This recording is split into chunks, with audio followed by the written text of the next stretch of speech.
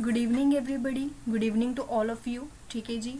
तो अज ਆਪਾਂ ने करना है नवा टॉपिक्स नवा टॉपिक तो आप कल स्टार्ट किया सी, अज आप उसनों ही कंटिन्यू करांगे विच इज़ बायनोमियल थ्योरम। ठीक है, किसी कारण जो है कुछ दिन तो साडियां क्लासेस रिकॉर्डेड ही होणगियां। I am out of station, तो मैंने सोचा क्लासेस नूं रिकॉर्ड करके रख लिया जाए तो तुहाडे नाल टाइम टू टाइम अपलोड किया जाए ताकि अपनी क्लास मिस ना हो सके। ठीक है, तो उस लिए 2 to 3 दिन अपन कुछ क्लासेस रिकॉर्डेड ही होणगियां और आफ्टर दैट आप जो है कंटिन्यूसली लाइव क्लासेस लगाना शुरू कर देंगे। वो कदों होएगा मैं तुहानूं टैलीग्राम दे विच मैसेज लगा दांगी। और ਜਿਹੜੇ भी स्टूडेंट्स फस्ट टाइम आए ने मास्टर कैडर की तैयारी करते हैं, ठीक है जी, मैथ के लिए, तो उन्होंने सारिਆਂ ने काफ़ी ज़्यादा बेनीफिशियल है ये चैनल। ठीक है, सबसक्राइब कर लो, बैल आइकन ਨੂੰ प्रेस कर लो। ठीक है, क्योंकि इत्थे ਤੁਹਾਨੂੰ किते ना किते पूरा जो सिलेबस है वो पूरा सिलेबस जो ਤੁਹਾਨੂੰ डिस्कस ਹੁੰਦਾ ਹੋਇਆ नज़र आऊगा। डिटेल ਦੇ ਵਿੱਚ ਤੁਹਾਨੂੰ ਤੁਹਾਡੇ ਕਨਸੈਪਟ ਕਲੀਅਰ ਹੋਣਗੇ। ਕਾफ़ी स्टूडेंट्स पजल ਹੁੰਦੇ ਨੇ ਕਿ ਅਸੀਂ ਕਿਵੇਂ ਤਿਆਰੀ ਕਰੀਏ, ਤਾਂ ਉਹ ਸਾਰੀਆਂ ਕਨਫਿਊਜ਼ਨ ਤੁਹਾਨੂੰ ਇਸ ਚੈਨਲ ਦੇ ਥਰੂ ਸੋਲਵ ਹੋ ਜਾਣਗੀਆਂ ਤੁਹਾਡੀਆਂ। ਠੀਕ ਹੈ, MCQs ਤੁਹਾਨੂੰ ਈਜ਼ੀਲੀ ਮਿਲ ਜਾਣਗੇ। ਠੀਕ ਹੈ, ਨੋਟਸ ਤੁਸੀਂ ਲੈਣੇ ਨੇ ਬਿਲਕੁਲ ਤੁਸੀਂ ਟੈਲੀਗ੍ਰਾਮ ਗਰੁੱਪ ਨੂੰ ਜੁਆਇਨ ਕਰ ਲਓ, मैं डिस्क्रिप्शन ਦੇ ਵਿੱਚ लिंक ऐड कर देवांगी, ਉੱਥੋਂ ਤੁਹਾਨੂੰ ਨੋਟਸ ਵੀ ਮਿਲ ਜਾਣਗੇ। ਠੀਕ ਹੈ, ਸੋ ਬਿਨਾਂ ਟਾਈਮ ਵੇਸਟ ਕੀਤੇ ਬਾਇਨੋਮੀਅਲ ਥਿਊਰਮ ਨੂੰ ਅੱਜ ਆਪਾਂ ਇਸ ਵੀਡੀਓ ਦੇ ਵਿੱਚ ਕੰਪਲੀਟ ਕਰਦੇ ਹਾਂ ਤਾਂ ਕਿ ਆਪਾਂ ਨੈਕਸਟ ਟੌਪਿਕ ਨੂੰ ਵੀ ਟਾਈਮ ਨਾਲ ਸਟਾਰਟ ਕਰ ਸਕੀਏ ਵਿਚ ਇਜ਼ ਸਟ੍ਰੇਟ ਲਾਈਨਸ। ਠੀਕ ਹੈ, ਤਾਂ ਅੱਜ ਆਪਾਂ ਬਾਇਨੋਮੀਅਲ ਥਿਊਰਮ ਨੂੰ ਜੋ ਕਿ ਆਪਾਂ ਕੱਲ ਹਾਫ ਕਵਰ ਕੀਤਾ ਸੀ, ਅੱਜ ਆਪਾਂ ਬਾਕੀ ਦਾ ਟੌਪਿਕ ਕਵਰ ਕਰਕੇ ਕੰਪਲੀਟ ਕਰਦੇ ਹਾਂ। ਠੀਕ ਹੈ ਜੀ, ਤਾਂ ਬਿਨਾਂ ਟਾਈਮ ਵੇਸਟ ਕੀਤੇ ਸਟਾਰਟ ਕਰਦੇ ਹਾਂ, ਕੰਟੀਨਿਊਸਲੀ ਸਮਝਦੇ ਹਾਂ ਹਰ ਇੱਕ ਚੀਜ਼ ਨੂੰ। ਠੀਕ ਹੈ, ਪਹਿਲੀ ਗੱਲ ਤਾਂ ਬਾਇਨੋਮੀਅਲ ਥਿਊਰਮ ਦੇ ਵਿੱਚ ਆਪਾਂ ਪੜ੍ਹਿਆ ਸੀ ਕਿ ਬਾਇਨੋਮੀਅਲ ਥਿਊਰਮ ਹੈ ਕੀ, ਹੈ ਨਾ। ਡਿਟੇਲ ਦੇ ਵਿੱਚ ਸਾਰੀਆਂ ਚੀਜ਼ਾਂ ਉਹਦੇ ਵਿੱਚ ਡਿਸਕਸ ਕੀਤੀਆਂ ਸੀ ਆਪਾਂ। ਰੁਕੋ ਇੱਕ ਮਿੰਟ। हाँ जी, तो इन्हों ये थोड़ी जी कल की स्लाइड है। ठीक है, इतों आप शुरू करते हैं जी। तो आप बिल्कुल देखो अपने को की सीगा 1 मिनट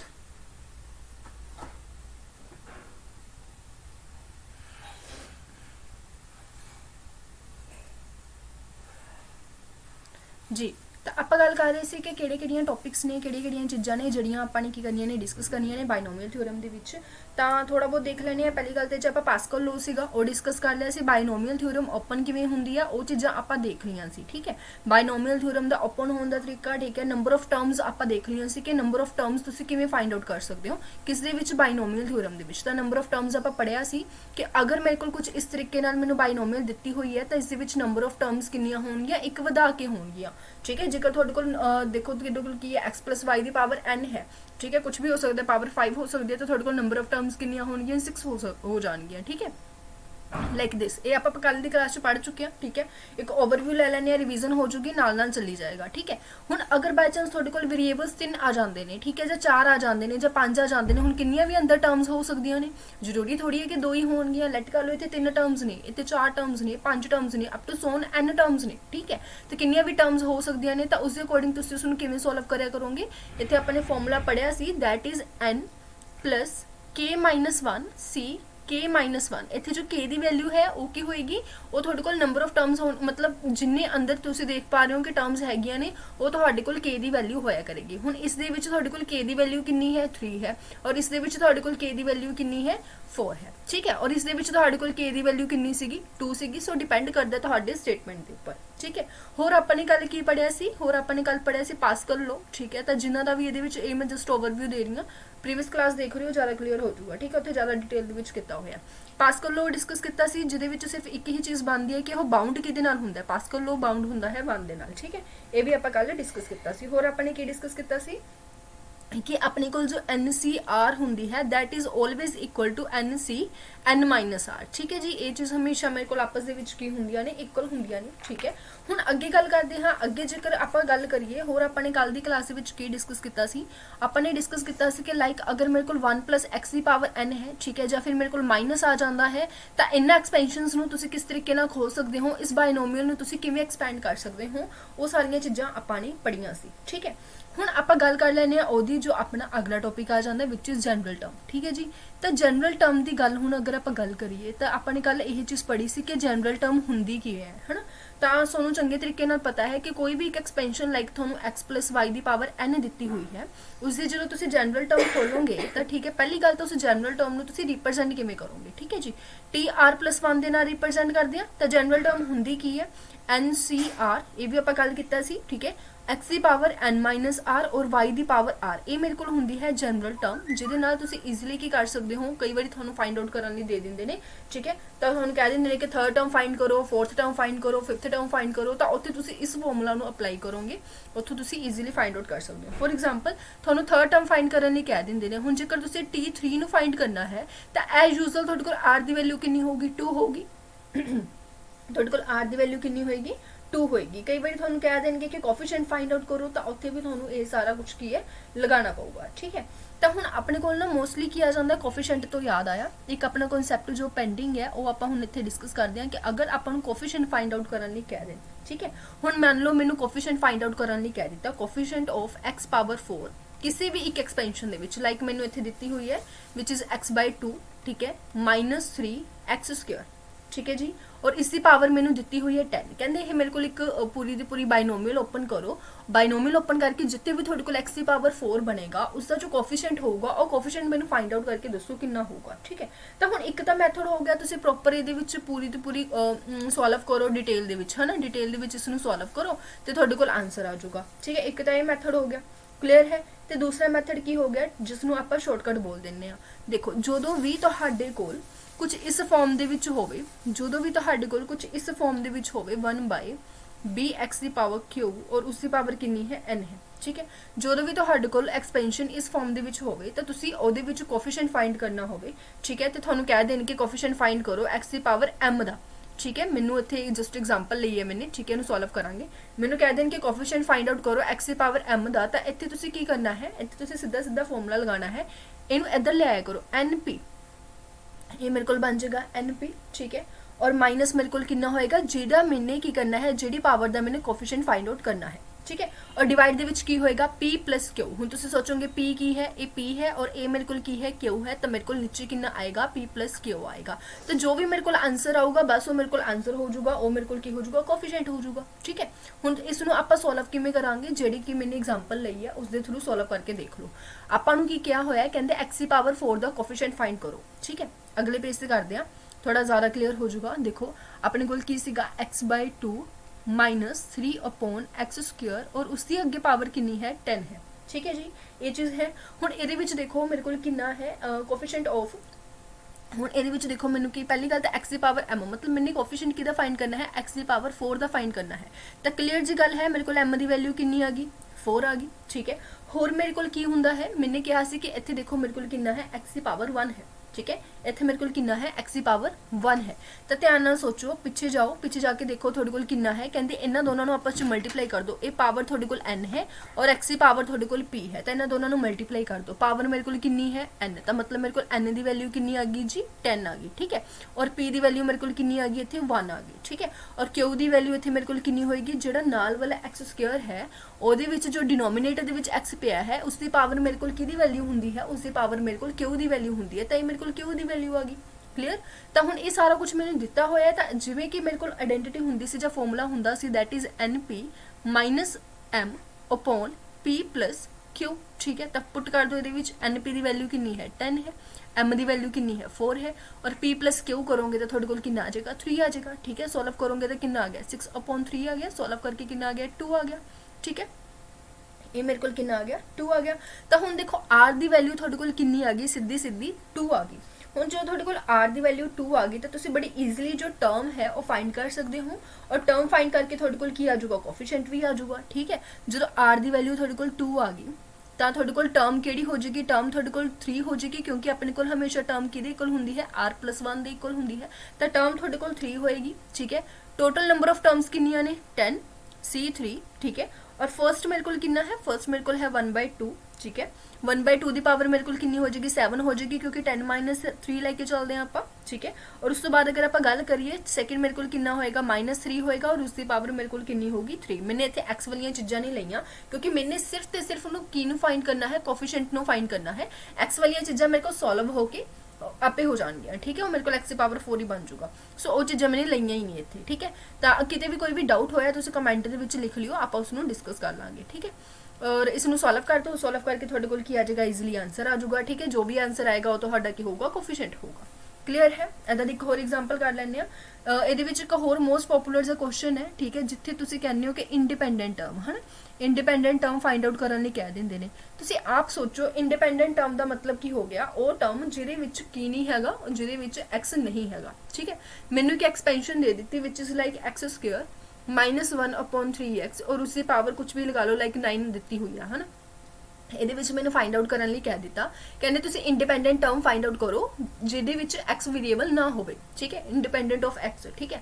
ਤਾਂ ਹੁਣ ਇੱਥੇ ਕੀ ਕਰਾਂਗੇ, ਅਗਰ ਮੈਨੂੰ ਕਹਿ ਦਿੱਤਾ ਕਿ x ਤੋਂ ਬਿਨਾਂ ਵਾਲੀ ਟਰਮ ਫਾਈਂਡ ਕਰਨੀ ਆ, ਉਹ ਟਰਮ ਫਾਈਂਡ ਕਰਨੀ ਹੈ ਜਿਹ 'ਚ x ਨਹੀਂ ਹੈਗਾ, it means they are talking about x power 0, ठीक है। ਇਹਦਾ ਮਤਲਬ ਉਹ ਕਿਸ ਦੀ ਗੱਲ ਕਰ ਰਹੇ ਨੇ, ਉਸ ਗੱਲ ਕਰ ਰਹੇ ਨੇ ਕਿ ਕੋਫੀਸ਼ੀਐਂਟ ਫਾਈਂਡ ਕਰਕੇ ਦੋ, ਕਿਸ ਦਾ, x ਦੀ ਪਾਵਰ 0 ਦਾ ਕੋਫੀਸ਼ੀਐਂਟ ਫਾਈਂਡ ਕਰਕੇ ਦੋ, ठीक है। ਹੁਣ x ਦੀ ਪਾਵਰ 0 ਦਾ ਮਤਲਬ ਕੀ ਹੋ ਗਿਆ, ਮੇਰੇ ਕੋਲ m ਦੀ ਵੈਲਿਊ ਤਾਂ ਕਲੀਅਰ ਹੈ ਜੀ, m ਦੀ ਵੈਲਿਊ ਮੇਰੇ ਕੋਲ ਕਿੰਨੀ ਆ ਗਈ, 0 ਆ ਗਈ।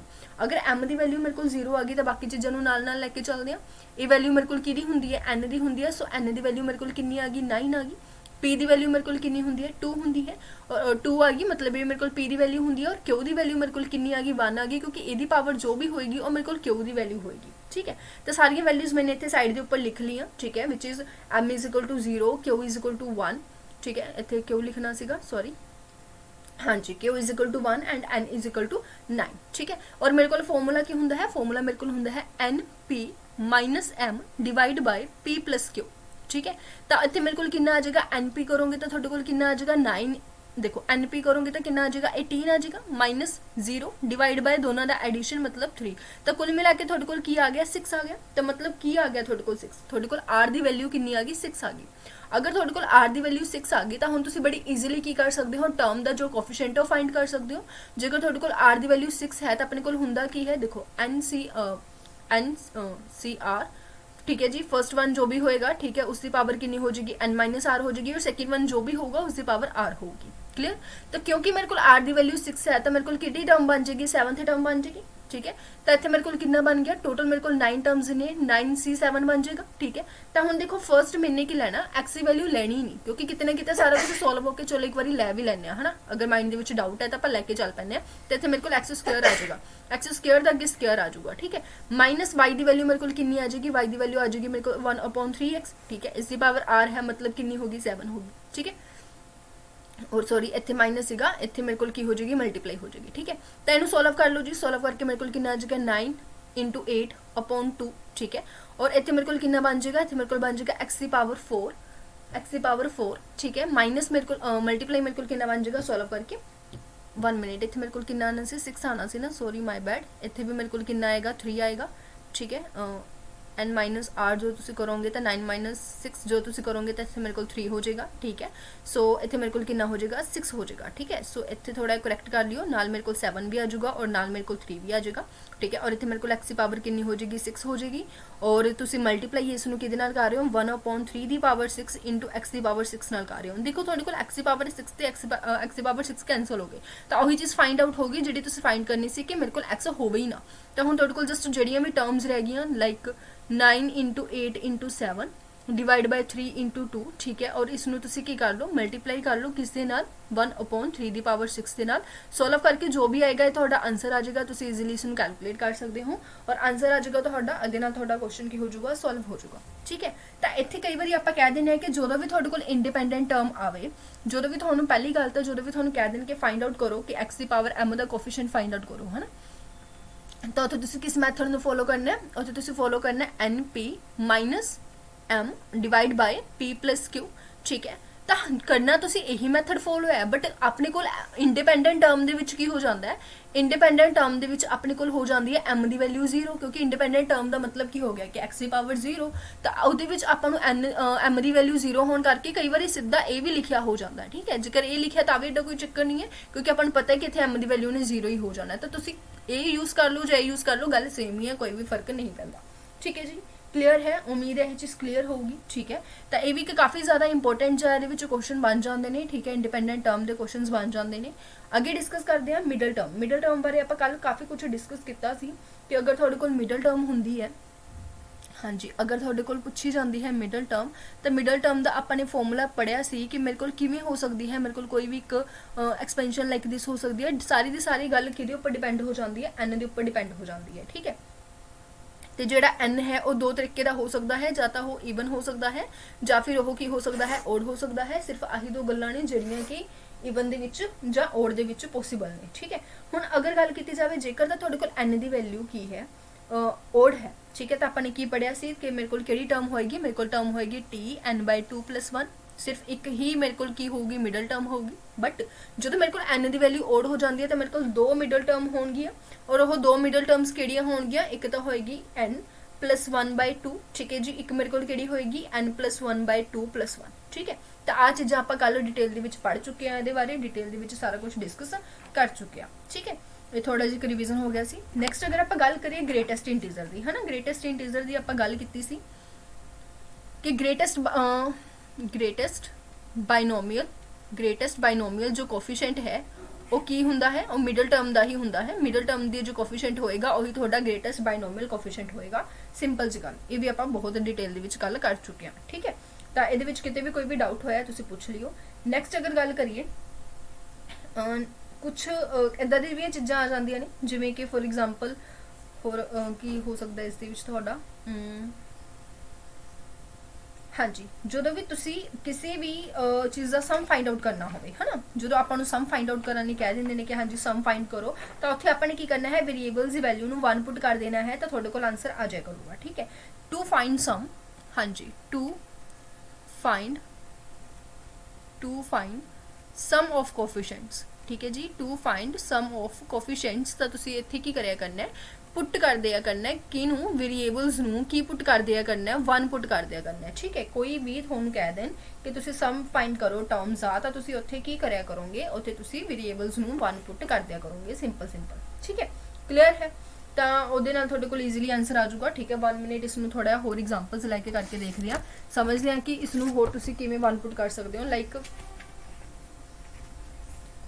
ਹਾਂਜੀ, ਤਾਂ ਜਿਵੇਂ ਕਿ ਅਗਰ ਗੱਲ ਕੀਤੀ ਜਾਵੇ ਤੁਹਾਨੂੰ ਕੁਝ ਕਿਵੇਂ ਵੀ ਦਿੱਤੇ ਜਾ ਸਕਦੇ ਨੇ, ਠੀਕ ਹੈ। ਤੁਹਾਨੂੰ ਪੁੱਛ ਲਿਆ ਜਾਵੇ ਕਿ ਇੱਥੇ ਮੇਰੇ ਕੋਲ ਕੋਈ ਵੀ ਇੱਕ ਐਕਸਪੈਂਸ਼ਨ ਹੈ ਲਾਈਕ ax + by, ਠੀਕ ਹੈ, ਉਸ ਦੀ ਪਾਵਰ n ਹੈ। ਮੈਨੂੰ ਕਹਿ ਦਿੱਤਾ ਜਾਵੇ ਕਿ ਫਾਈਂਡ ਕਰੋ ਜੀ ਸਮ ਆਫ ਕੋਫੀਸ਼ੀਐਂਟਸ ਫਾਈਂਡ ਕਰੋ ਇਹਦੇ ਵਿੱਚ, ਤਾਂ ਮੈਨੇ ਕੀ ਕਰਨਾ ਹੈ, ਮੈਨੇ x ਵੀ ਮੈਨੂੰ ਵੇਰੀਏਬਲ ਨਜ਼ਰ ਆ ਰਿਹਾ ਔਰ ਮੈਨੂੰ y ਵੀ ਵੇਰੀਏਬਲ ਨਜ਼ਰ ਆ ਰਿਹਾ, ਤਾਂ ਮੈਨੇ ਦੋਨਾਂ ਦੀ ਵੈਲਿਊ ਨੂੰ 1 ਪੁੱਟ ਕਰ ਦੇਣਾ ਹੈ, ਠੀਕ ਹੈ। ਤੇ ਜਦੋਂ ਮੈਂ ਦੋਨਾਂ ਦੀ ਵੈਲਿਊ ਨੂੰ 1 ਪੁੱਟ ਕਰੂੰਗੀ ਤਾਂ ਮੇਰੇ ਕੋਲ ਕਿੰਨਾ ਆ ਜਾਊਗਾ ਜੀ, ਮੇਰੇ ਕੋਲ ਆ ਜਾਊਗਾ a + b ਪਾਵਰ n, ਠੀਕ ਹੈ। ਤਾਂ ਇਹ ਮੇਰੇ ਕੋਲ ਕੀ ਆ ਜਾਊਗਾ, ਆਨਸਰ ਆ ਜਾਊਗਾ, ਸਿੰਪਲ, ਠੀਕ ਹੈ। ਕੋਈ ਵੀ ਅਨਦਰ ਐਗਜ਼ਾਮਪਲ ਲੈ ਲਓ, ਲਾਈਕ ਮੈਨੂੰ ਦੇ ਦਿੱਤਾ ਹੈ 3x, ਠੀਕ ਹੈ, -2y, ਇਸ ਦੀ ਪਾਵਰ ਮੈਨੂੰ ਕੁਝ ਵੀ ਦੇ ਦਿੱਤਾ ਲਾਈਕ 15 ਦੇ ਦਿੱਤਾ, ਹਨਾ। ਤਾਂ ਹੁਣ ਇਸ ਦੇ ਵਿੱਚ ਮੈਨੂੰ ਕੀ ਕਿਹਾ ਹੋਇਆ, ਕਹਿੰਦੇ ਫਾਈਂਡ ਦ ਸਮ ਆਫ ਕੋਫੀਸ਼ੀਐਂਟਸ ਨੂੰ ਫਾਈਂਡ ਕਰੋ। ਤਾਂ ਆਪਾਂ ਨੇ ਕੀ ਕਰਨਾ ਹੈ, ਜਿੱਥੇ ਵੇਰੀਏਬਲਸ ਨਜ਼ਰ ਆ ਗਏ x ਦੀ ਵੈਲਿਊ ਨੂੰ ਔਰ y ਦੀ ਵੈਲਿਊ ਨੂੰ 1 ਪੁੱਟ ਕਰ ਦੇਣਾ।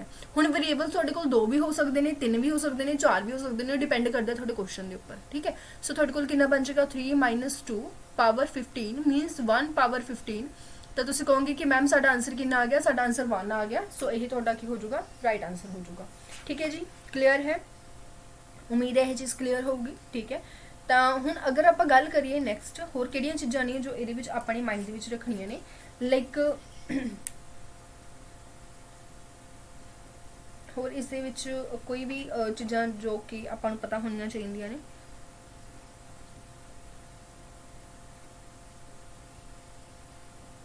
वन मिनट, एक बार मैं देख ਲਾਂ कि कोई चीज़ पेंडिंग तो नहीं रही, ठीक है।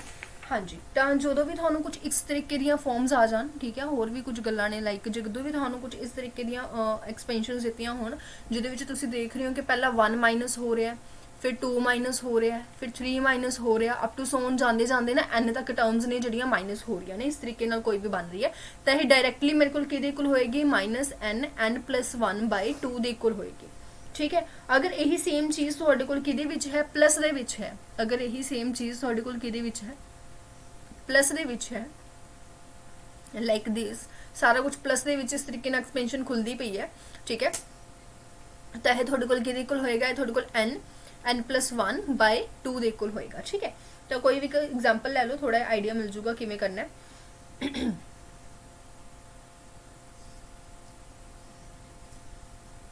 ਠੀਕ ਹੈ ਜੀ, ਹੁਣ ਜਿਵੇਂ ਕੋਈ ਵੀ ਐਗਜ਼ਾਮਪਲ ਲੈ ਲਓ ਜਿਹਦੇ ਨਾਲ ਥੋੜਾ ਜਿਹਾ ਪਤਾ ਲੱਗ ਜਾਏਗਾ ਕਿ ਹਾਂਜੀ ਇਸ ਚੀਜ਼ ਨੂੰ ਕਿਵੇਂ ਡਿਸਕਸ ਕਰਨਾ ਹੈ।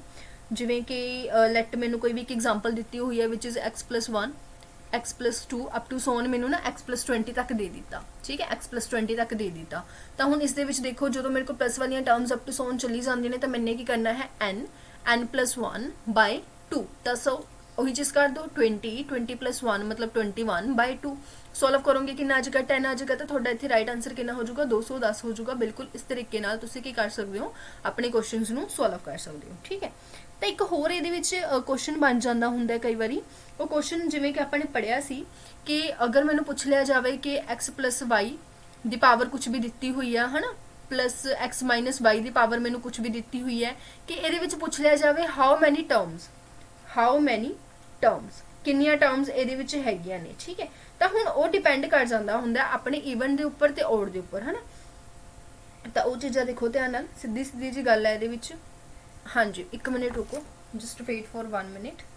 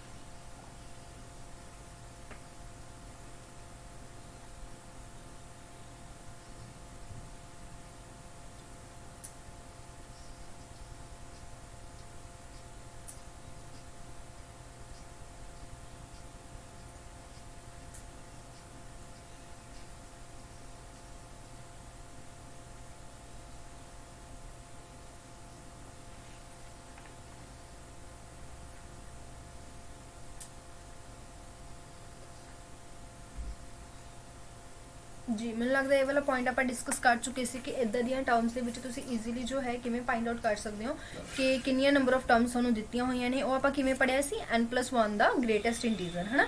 सो n+1 दा ग्रेटेस्ट इंटीजर करके तुसी ईजीली फाइंड आउट कर सकते हो कि किवें किन्नियां नंबर ऑफ टर्म्स इहदे विच हैगियां ने जां किन्नियां नंबर ऑफ टर्म्स इहदे विच नहीं हैगियां, ठीक है। और एक रिजल्ट आपने हमेशा माइंड के रखना है, और रिजल्ट केड़ा माइंड के रखना है कि अपने को जो नंबर ऑफ बाइनोमियल की अगर आप गल करिए कि सम ऑफ बाइनोमियल कोफिशिएंट्स पूछ लिया जाता है ना, तो तुसी ओह हमेशा अपने को किहदे इक्वल हुंदा है, वो 2 the power n they equal हुंदा है, ठीक है जी। तो जो भी तुहानूं पूछ लिया जाए सम ऑफ बाइनोमियल कोफिशिएंट मतलब NC0 NC1 NC2 up to so on NCN तक, ये सारा कुछ किहदे इक्वल होएगा, ये हमेशा ही 2 दे पावर n दे इक्वल हुंदा है, ठीक है। ये कदे किहदे इक्वल हुंदा है, 2 पावर n दे इक्वल हुंदा है। और इनू तुसी की बोलदे हो, सम ऑफ बाइनोमियल कोफिशिएंट बोलदे हो, क्योंकि ये सारे अपने कोल की हुंदे ने जी, ये सारे अपने कोल बाइनोमियल कोफिशिएंट हुंदे ने। क्लीयर है। अगर तुहानूं कह दिता जाए कि n तो जी ईवन है, इफ जेकर मैं कह देवां कि n की है मेरे कोल ईवन है, ठीक है। अगर n मेरे को ईवन है तो तुसी उसनूं किवें कहोगे कि साडे कोल जो सिर्फ ते सिर्फ ईवन टर्म्स होणगियां, ठीक है, बाकी जिहड़ियां टर्म्स ने ओह नहीं होणगियां, ठीक है।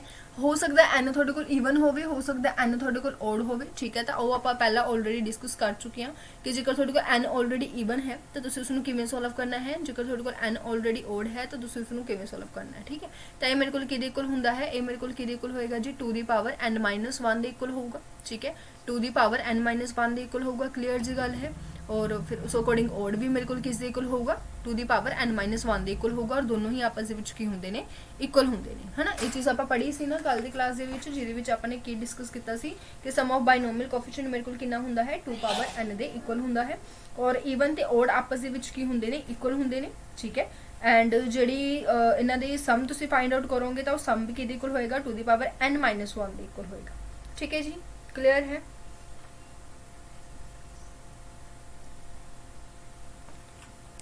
ओके इतने n ईवन नहीं है, सॉरी इतने अगर मेरे को number of terms only even terms जो तुसी लैने हो तो उसकी गल हो रही है, ओनली ईवन टर्म्स जो तुसी लैने हो या ओनली ऑड टर्म्स जो तुसी लैने हो तो उदों तुसी ईजीली कह सकते हो कि ये मेरे को की होएगा 2 the power n-1 they equal होएगा। क्लीयर। ਅੱਗੇ ਚੱਲੀਏ ਨੈਕਸਟ ਦੀ ਚੀਜ਼ ਦੇ ਉੱਪਰ। ਹੋਰ ਆਪਣੇ ਕੋਲ ਕੀ ਇਸ ਦੇ ਵਿੱਚ ਰਹਿ ਜਾਂਦਾ ਹੈ ਬਾਇਨੋਮੀਅਲ ਦੇ ਵਿੱਚ ਜੋ ਆਪਾਂ ਨੇ ਡਿਸਕਸ ਕਰਨਾ ਹੈ।